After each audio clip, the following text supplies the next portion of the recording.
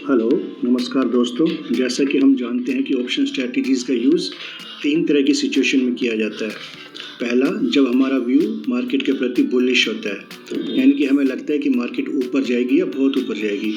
दूसरा, जब हमारा व्यू मार्केट के प्रति बेयरिश होता है, यानी कि हमें लगता है कि मार्केट नीचे जाएगी या बहुत ज़्यादा नीचे जाएगी।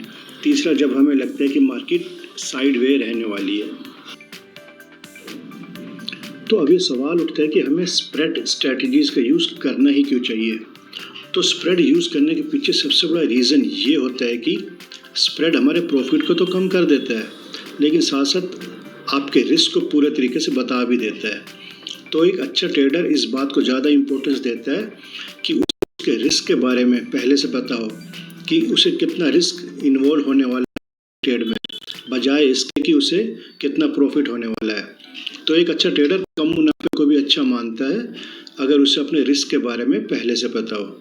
दूसरा, स्प्रेड बनाने का ये फ़ायदा होता है कि हमारा ट्रेड एक तरीके से फाइनेंस हो जाता है। मतलब अगर हम कोई ऑप्शन खरीदने पर प्रीमियम का पैसा देते हैं तो किसी ऑप्शन को हम बेचते भी हैं तो हमें वहाँ से पैसा मिल भी जाता है। तो नेकेड ट्रेड लेने और स्प्रेड बनाने में ये बहुत बड़ा अंतर होता है।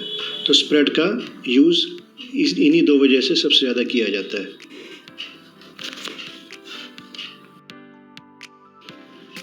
अब सवाल ये उठता है कि बेयर पुट स्प्रेड स्ट्रेटेजी का यूज़ करना कब चाहिए।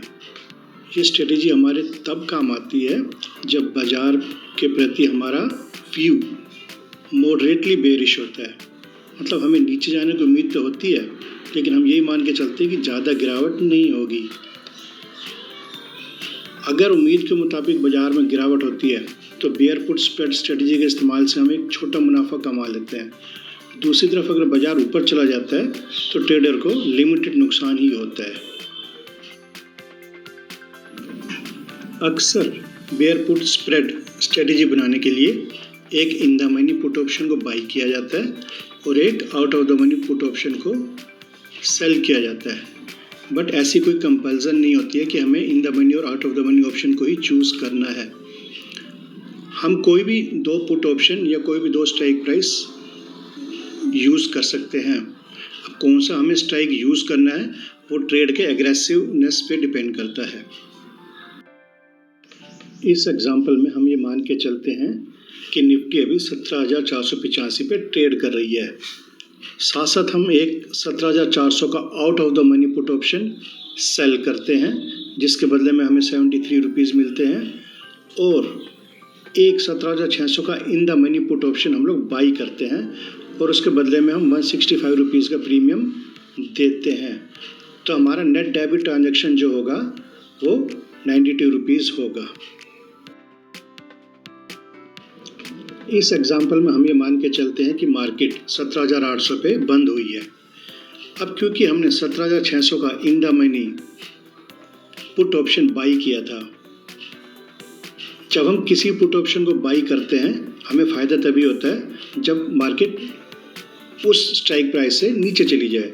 लेकिन क्योंकि मार्केट यहाँ पर 17,800 पे बंद हो रही है तो 17,600 से मार्केट नीचे नहीं गई, तो हमें बाई प्राइस जो था 165 रुपीज़ का, उसका हमें नुकसान हो जाता है। दूसरी तरफ हमने 17,400 का out of the money sale भी किया था, जिसके बदले में हमें 73 रुपीज़ रिसीव हुए थे।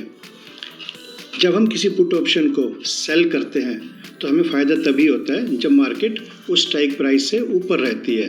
तो क्योंकि इस वाले केस में मार्केट 17,800 में बंद हुई है, जो कि 17,400 से ऊपर ही है, तो हमें सेलिंग के बदले में जो भी 73 रुपीज़ मिले थे उसका फ़ायदा हो रहा है। तो ओवरऑल लॉस हमारा 92 रुपीज़ का हो रहा है, जो कि 165 माइनस 73 है। इस एग्जांपल में हम ये मान के चलते हैं कि मार्केट 17,600 पे बंद हो गई है। अब क्योंकि हमने 17,600 का ही पुट ऑप्शन बाई किया था, इसको बाई करने से हमें फ़ायदा तभी होता जब मार्केट 17,600 से नीचे चली जाती। लेकिन क्योंकि मार्केट 17,600 पे बंद हो गई है तो हमें यहाँ पे प्रीमियम का नुकसान हो गया है। मतलब 165 रुपये का हमें यहाँ नुकसान हो गया है। साथ साथ हमने 17,400 का पुट ऑप्शन सेल भी किया था। सेल करते टाइम हम जानते हैं कि हमें फ़ायदा तभी होता है पुट को सेल करते टाइम हमें फ़ायदा तभी होता है जब मार्केट उस स्ट्राइक प्राइस से ऊपर रहती है। अब क्योंकि मार्केट यहाँ पे 17,600 पे बंद हो रही है जो कि 17,400 से ऊपर है, तो हमें सेलिंग प्राइस का फ़ायदा हो गया है। तो अगेन हमारा नुकसान यहाँ पे 92 रुपीज़ का ही हो रहा है, मतलब 165 रुपये हमें बाई करते टाइम नुकसान हुए थे और 73 का हमें सेलिंग के दौरान फ़ायदा हो रहा है। तो अगेन हमारे को इस वाले केस में भी 92 रुपीज़ का ही नुकसान हो रहा है। अब हम बेयर पुट स्प्रेड स्ट्रेटजी के अंदर ब्रेक इवन पॉइंट को समझते हैं। इस वाले एग्जांपल में हम ये मान के चलते हैं कि मार्केट 17,508 पे बंद हो गई है। तो ब्रेक इवन पॉइंट को अब हम कैसे समझेंगे? जैसे कि हमने पहले 17,600 का पुट ऑप्शन बाई किया था, और जब भी हम कोई पुट ऑप्शन बाई करते हैं तो हमें फ़ायदा तभी होता है जब उस स्ट्राइक प्राइस से नीचे मार्केट चली जाती है। तो इस वाले केस में मार्केट 17,508 पे बंद हो गई है जो कि 17,600 से नीचे है। तो इस वाले केस में हमें 92 पॉइंट्स का फ़ायदा हो रहा है, मतलब हमने 17,600 का पुट ऑप्शन बाई किया था और अब मार्केट 17,508 पे चली गई है, तो हमें यहाँ पे 92 पॉइंट्स का इंट्रिंसिक वैल्यू का फ़ायदा हो रहा है। अब क्योंकि बदले में हमने 165 रुपीज़ का प्रीमियम भी दिया था, तो हमारे को टोटल नुकसान यहाँ पे 73 रुपीज़ का ही हो रहा है, मतलब 92 इंट्रिंसिक वैल्यू का हमें फ़ायदा हुआ और उसके बदले में 165 हमने दिए थे, तो हमें टोटल 73 रुपीज़ का नुकसान हुआ है। अब क्योंकि हमने 17,400 का पुट ऑप्शन सेल भी किया था, उसके बदले में हमने 73 रुपीज़ दिए थे और मार्केट इससे ऊपर ही बंद हुई है, तो हमें सेलिंग के लिए हमें यहाँ पे फ़ायदा हो रहा है 73 रुपीज़ का। तो पहले वाले केस में हमें 73 रुपीज़ का नुकसान हुआ, इस वाले केस में हमें 73 रुपीज़ का फ़ायदा हुआ, मतलब हमें ज़ीरो प्रॉफिट एंड लॉस हुआ। तो हमारा ये ब्रेक इवन पॉइंट हुआ। अब इस एग्जांपल में हम ये मान के चलते हैं कि मार्केट 17,400 पे बंद हो गई है।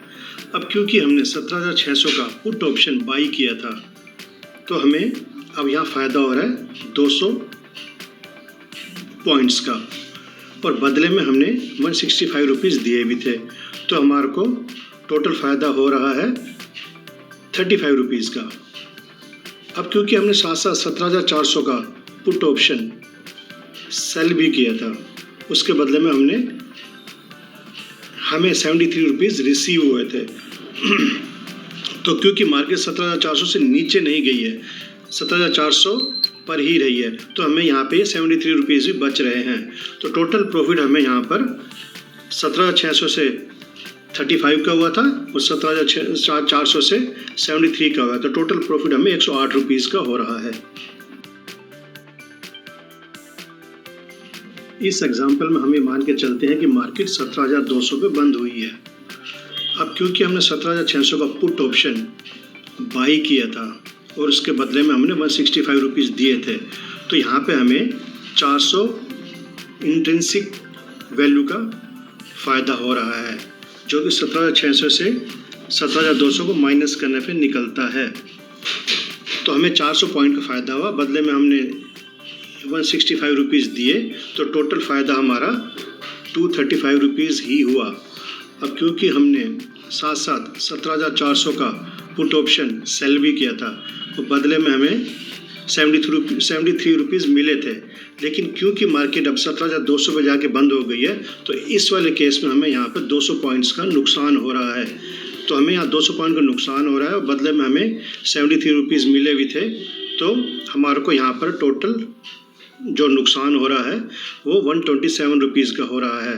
तो ओवरऑल प्रॉफिट जो होगा 235 पहले वाले 17,600 से हमें मिल रहे हैं और 127 हमारे 17,400 को बाई करने से जा रहे हैं। तो ओवरऑल प्रॉफिट जो होगा हमारा यहाँ पे भी 108 रुपये का ही हो रहा है।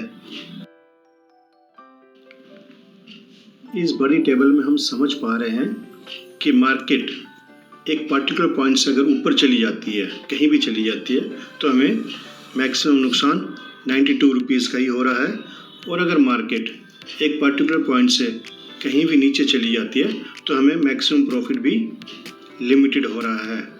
मतलब इस वाली टेबल में हम देख रहे हैं कि हमारा लॉस 92 रुपीज़ पे कैप हो गया और प्रॉफिट भी हमारा 108 रुपये पे कैप हो गया है।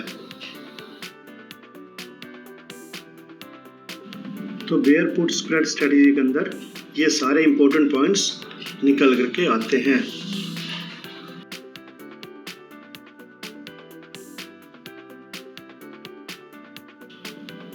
बेयर पुट स्प्रेड स्ट्रेटजी का ग्राफ कुछ इस तरीके से नजर आता है। अगर आपको ये वीडियो इंफॉर्मेटिव लगा हो तो प्लीज़ इसे सब्सक्राइब कीजिए और आगे शेयर कीजिए।